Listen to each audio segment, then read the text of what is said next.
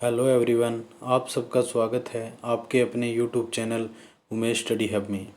आज हम इस वीडियो में पॉलिटी के इम्पोर्टेंट एमसीक्यू करेंगे जो कि सारे के सारे कॉम्पिटिटिव एग्ज़ाम में बार बार रिपीट होते हैं और कॉम्पिटिटिव एग्ज़ाम के लिए बहुत ही इम्पोर्टेंट है। सो आइए हम अपने फर्स्ट क्वेश्चन से स्टार्ट करते हैं। हमारा फर्स्ट क्वेश्चन है, what is the motto incorporated under our national emblem. हमारे राष्ट्रीय प्रतीक के तहत शामिल आदर्श वाक्य क्या है? या सिंपल भाषा में बताऊं तो हमारा जो राष्ट्रीय प्रतीक है उसके अंदर जो शामिल है उसका वो आदर्श वाक्य क्या है? तो हमारा राइट आंसर रहेगा सत्यमेव जयते। जो सत्यमेव जयते को कहाँ से लिया गया है? ये लिया गया है मुंडक उपनिषद से। ये भी याद रखना, बहुत बार एग्ज़ाम में पूछा गया क्वेश्चन है। नेक्स्ट हमारा क्वेश्चन है, which of the following country has a unwritten constitution. ऐसा कौन सा देश है जिसका अलिखित संविधान है? तो हमारा आंसर रहेगा यूके, यूनाइटेड किंगडम। लेकिन इसके साथ साथ आपको कुछ और कंट्री याद रखनी है, जैसे कि क्या है, यूनाइटेड किंगडम है, न्यूजीलैंड है, इज़राइल है। इन सब के पास क्या है? अनरिटन कॉन्स्टिट्यूशन है। ये आपको याद रखना है। हमारा नेक्स्ट क्वेश्चन है, विच was described by doctor Bhimrao Ambedkar as the heart and soul of the constitution। किस संविधान के किस अनुच्छेद को भीमराव अंबेडकर ने जो है वो क्या है, संविधान की हृदय और आत्मा के रूप में कहा है? तो हमारा आंसर रहेगा option number C, right of constitutional remedy. ठीक है, तो ये क्या है, आर्टिकल 32 के अंदर आता है। तो आर्टिकल 32 को क्या है, डॉक्टर भीमराव अंबेडकर ने संविधान की आत्मा और हृदय कहा है। हमारा अगला प्रश्न है, भारत में दल विहीन लोकतंत्र का प्रस्ताव किसने दिया था? Who had proposed party less democracy in India. बहुत ही इंपॉर्टेंट क्वेश्चन है ये। इसका आंसर रहेगा जयप्रकाश नारायण। और जयप्रकाश नारायण हैं, इनको लोक नायक के रूप में भी जाना जाता है। नेक्स्ट हमारा क्वेश्चन है, under which article of the constitution is the president rule introduce a state due to a failure of constitutional machinery. ये सिंपल भाषा में कह रहा है कि किस अनुच्छेद के तहत, किस आर्टिकल के तहत किसी भी राज्य के अंदर प्रेसिडेंट रूल, राष्ट्रपति शासन लगाया जा सकता है। तो वो लगाया जा सकता है आर्टिकल 356 के तहत। याद रखना, 352 के अंदर नेशनल इमरजेंसी आती है, 356 में स्टेट इमरजेंसी या फिर इसी को क्या बोलते हैं, प्रेसिडेंट रूल बोलते हैं। और आर्टिकल 360 किससे संबंधित है? फाइनेंशियल इमरजेंसी से, वित्तीय आपातकाल से।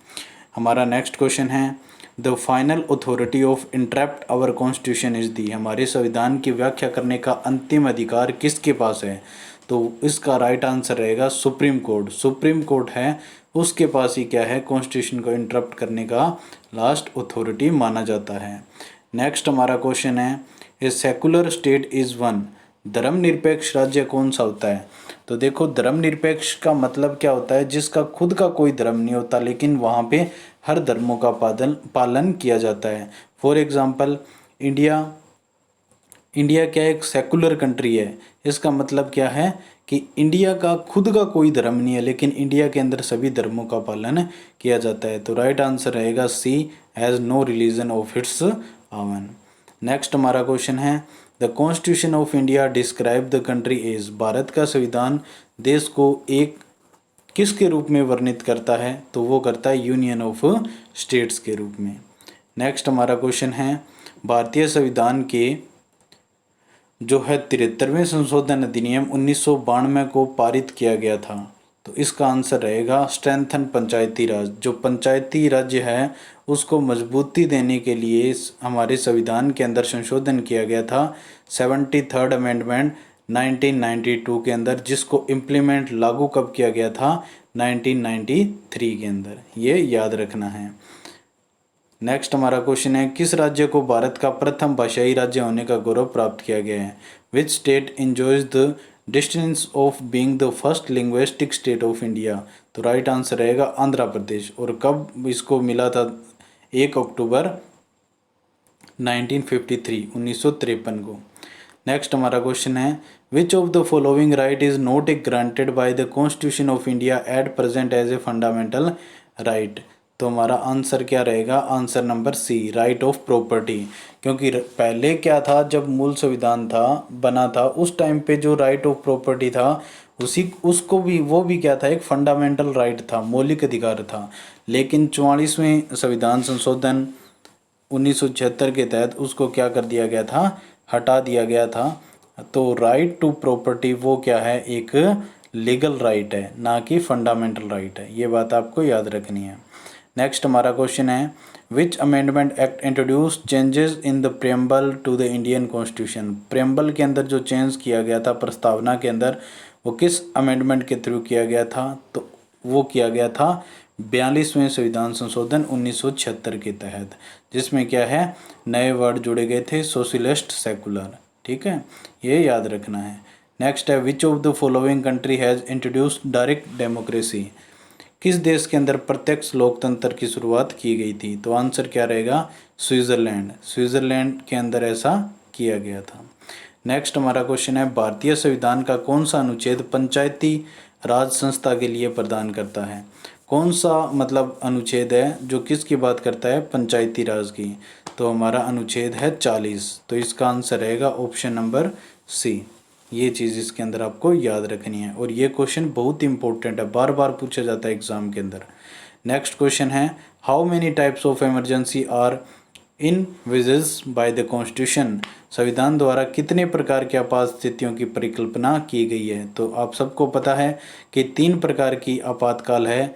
एक है नेशनल इमरजेंसी, आर्टिकल 352, एक है स्टेट इमरजेंसी या फिर प्रेसिडेंट रूल, आर्टिकल 356, और एक है फाइनेंशियल इमरजेंसी, आर्टिकल 360।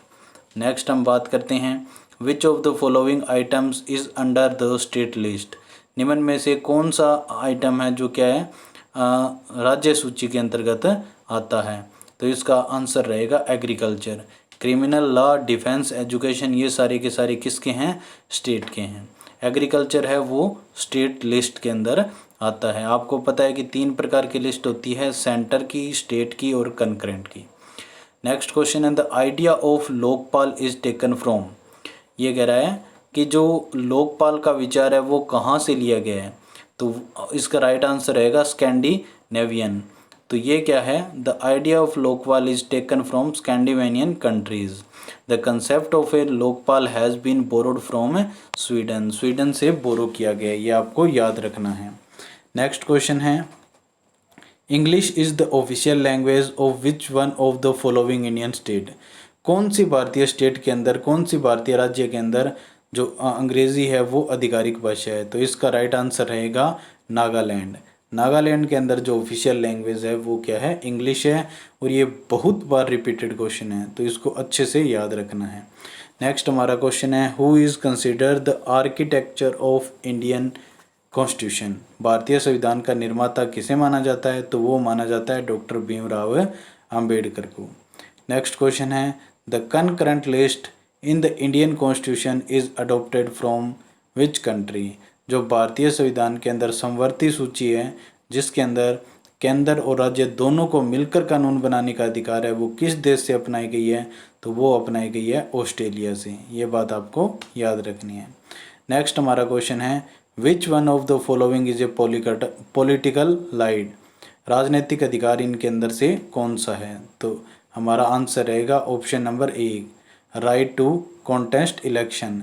जो इलेक्शन लड़ने का अधिकार है वो एक राजनीतिक अधिकार है, जबकि right equality before law, right to freedom, right to life, ये तीनों की तीनों क्या हैं, फंडामेंटल राइट्स हैं। नेक्स्ट क्वेश्चन है, भारतीय संविधान का अनुच्छेद 19 हमें क्या प्रदान करता है। आपको पता है ये फ्रीडम की बात करता है, और कितने प्रकार की फ्रीडम की बात करता है, ये करता है 6 टाइप की फ्रीडम्स की बात करता है। नेक्स्ट क्वेश्चन है, where is the objective of social justice articulated of the in the constitution of India. Bharat के संविधान में सामाजिक न्याय का उद्देश्य कहाँ व्यक्त किया गया है, तो वो किया गया है प्रेम्बल के अंदर, प्रस्तावना के अंदर। ये आपको याद रखना है। नेक्स्ट क्वेश्चन है, who among the following was not a member of constitutional assembly establish in July 1946। 1946 के अंदर जो कॉन्स्टिट्यूशनल संवैधानिक जो संविधान सभा था उसका सदस्य इनमें से कौन नहीं है? तो इसका राइट आंसर रहेगा महात्मा गांधी, वो इनके सदस्य नहीं थे। ये आपको याद रखना है।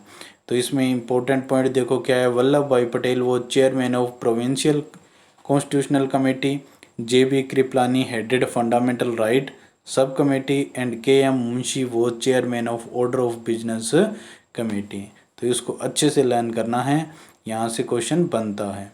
नेक्स्ट हमारा क्वेश्चन है which country is the following one party system? ऐसा कौन सा देश है जहाँ एक पार्टी प्रणाली का पालन किया जाता है? तो इसका राइट आंसर रहेगा चाइना। चाइना के अंदर ऐसा होता है जहाँ पर क्या है, सिंगल पार्टी रूल करती है। नेक्स्ट हमारा क्वेश्चन है the mind and ideas of the framers of constitutional are reflected in the? संविधान निर्माताओं की सोच और आदर्श किसके अंदर परिलक्षित होते हैं? तो वो हैं प्रेम्बल के अंदर, प्रस्तावना के अंदर, ये याद रखना है। नेक्स्ट है संसद ने किस संविधान संशोधन विधेयक के द्वारा मतदान की आयु 21 वर्ष से घटाकर 18 वर्ष कर दी थी? बहुत ही इंपॉर्टेंट क्वेश्चन है, बार बार एग्जाम के अंदर पूछा जाता है, तो आपको इसका राइट आंसर याद रखना है। 61वें संविधान संशोधन के द्वारा क्या है, जो वोट देने की, मतदान करने की उम्र थी उसको 21 से घटाकर क्या कर दिया गया था, 18 साल कर दिया गया था। नेक्स्ट क्वेश्चन है the government of India act 1935 was based on? जो हमारा क्या था, भारत सरकार अधिनियम 1935 किसके ऊपर आधारित था? तो वो था साइमन कमीशन रिपोर्ट के ऊपर आधारित था, ये याद रखना है। नेक्स्ट है the state election commission conduct control and supervisors municipal election under? जो राज्य चुनाव आयोग है वो नगर पालिकाओं चुनाव का संचालन, नियंत्रण और पर्यवेक्षण करता है किस आर्टिकल के तहत? तो वो करता है आर्टिकल 243 243 के तहत करता है। नेक्स्ट हमारा क्वेश्चन है संविधान, भारतीय संविधान के अनुच्छेद 14 में प्रयुक्त वाक्यांश कानून के समक्ष समानता कहाँ से लिया गया है? कि मतलब जो कानून के आगे सब समान है, ये कहाँ से लिया गया है? तो ये लिया गया ब्रिटेन, याद रखना है। ये आपको इसलिए याद रखना है क्योंकि देखो आर्टिकल 14 एक फंडामेंटल राइट है, और फंडामेंटल राइट को हमने किस कंट्री से बोरो किया है? वो किया है यूएसए से। लेकिन ये याद रखना है कि इक्वालिटी बिफोर लॉ, ये इतनी टर्म, ये इतना सा वाक्य हमने कहाँ से बोरो किया है? ये बोरो किया है हमने ब्रिटेन के संविधान से। तो यहाँ पे थोड़ी कन्फ्यूज़न होती है, इसलिए आपको अच्छे से याद रखना है। नेक्स्ट क्वेश्चन है संविधान के प्रस्तावना में अब तक कितनी बार संशोधन किया जा चुका है? तो अभी तक सिर्फ एक बार संशोधन किया जा चुका है, 42वां संशोधन है 1976 उसके तहत। नेक्स्ट है संविधान सभा ने राष्ट्रगान को कब अपनाया था? तो ये तो सबको ही पता होगा कब अपनाया था, 24 जनवरी 1950 को अपनाया गया था। नेक्स्ट क्वेश्चन है भारतीय संविधान का कौन सा अनुच्छेद संसद को नागरिकता के अधिकार को विनियमित करने का अधिकार देता है? तो आर्टिकल 11 है, वो ऐसा करने की अनुमति देता है। नेक्स्ट क्वेश्चन है कर्नाटक का एकीकरण किस वर्ष में किया गया था? तो वो किया गया था 1956 के अंदर। नेक्स्ट क्वेश्चन है भारतीय संविधान का कौन सा अनुच्छेद सार्वजनिक रोजगार में सभी नागरिकों के लिए समान अवसर प्रदान करता है? तो वो करता है आर्टिकल 16, जो कि एक फंडामेंटल राइट है, मौलिक अधिकार है। नेक्स्ट है चुनाव आयोग किस अनुच्छेद के तहत स्थापित किया गया है? तो ये किया गया आर्टिकल 324 में। ये बहुत बार पूछा जाता है कि चुनाव आयोग किस अनुच्छेद के अंतर्गत आता है? तो आर्टिकल 324। नेक्स्ट है बाहरी आक्रमण या सशस्त्र विद्रोह के कारण भारत के राष्ट्रपति द्वारा घोषित भारत में राष्ट्रीय आपातकाल किसके माध्यम से लगाया जा सकता है? तो ये बात कर रहा है नेशनल इमरजेंसी की, राष्ट्रीय आपातकाल की। तो उसका आर्टिकल है 352, जो कि हम पहले भी पढ़ चुके हैं। भारतीय संविधान का संरक्षक कौन है? Who is the custodian of Indian constitution? तो आप सबको पता होगा कि जो अगर भारतीय संविधान के संरक्षण की बात करें तो वो अगर बात करते हैं तो वो आता है सुप्रीम कोर्ट, जो क्या है हायर कोर्ट है। तो यहाँ पर ऑप्शन के अंदर सुप्रीम कोर्ट नहीं है, ऑप्शन के अंदर चीफ जस्टिस ऑफ इंडिया दे रखा है। तो हमारा राइट आंसर क्या हो जाएगा? चीफ जस्टिस ऑफ इंडिया, क्योंकि वो क्या होते हैं, सुप्रीम कोर्ट के ही चीफ जस्टिस होते हैं। तो ये बात आपको इसके अंदर याद रखना है। इंपॉर्टेंट पॉइंट की बात करें तो the supreme court consist of the chief justice of India along with 30 other जजेस। तो ये बहुत इंपॉर्टेंट क्वेश्चन हैं सारे के सारे। इनको बार बार क्या करें, रिवाइज़ करने का काम करें। ये आने वाले सभी जितने भी कॉम्पिटिटिव एग्ज़ाम हैं उनके अंदर आपकी बहुत ज़्यादा हेल्प करेंगे। आई होप आपको वीडियो पसंद आया होगा। अगर आपको वीडियो पसंद आया है तो वीडियो को लाइक, शेयर, कमेंट ज़रूर कीजिए और वीडियो को ज़्यादा से ज़्यादा सब्सक्राइब कीजिए। Thank you.